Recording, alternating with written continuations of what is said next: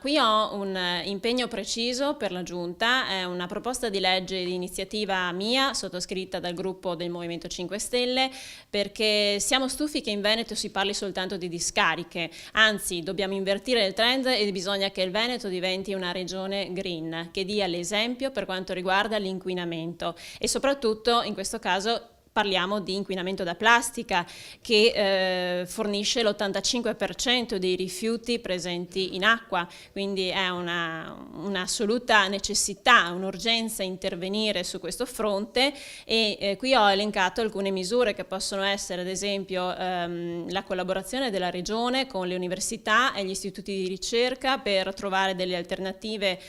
biodegradabili al prodotto in plastica monouso,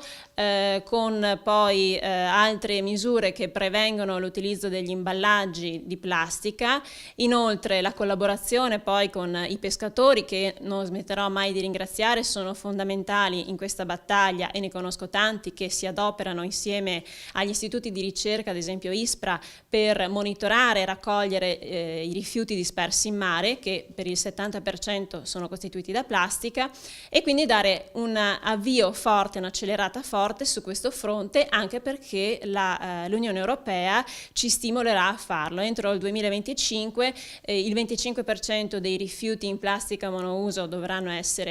verranno banditi, dovranno essere ridotti, quindi si dovrà porre maggiore attenzione a sistemi per ad esempio cauzione e rimborso proprio per diminuire l'utilizzo della plastica e allo stesso tempo prevenire la vendita di questi prodotti che inquinano i nostri mari, che poi alla fine ritornano invece all'interno del nostro ciclo biologico, perché è stato dimostrato da degli studiosi che queste microplastiche che vengono assorbite dai pesci e poi si ritrovano anche nelle bevande, ad esempio nell'acqua potabile,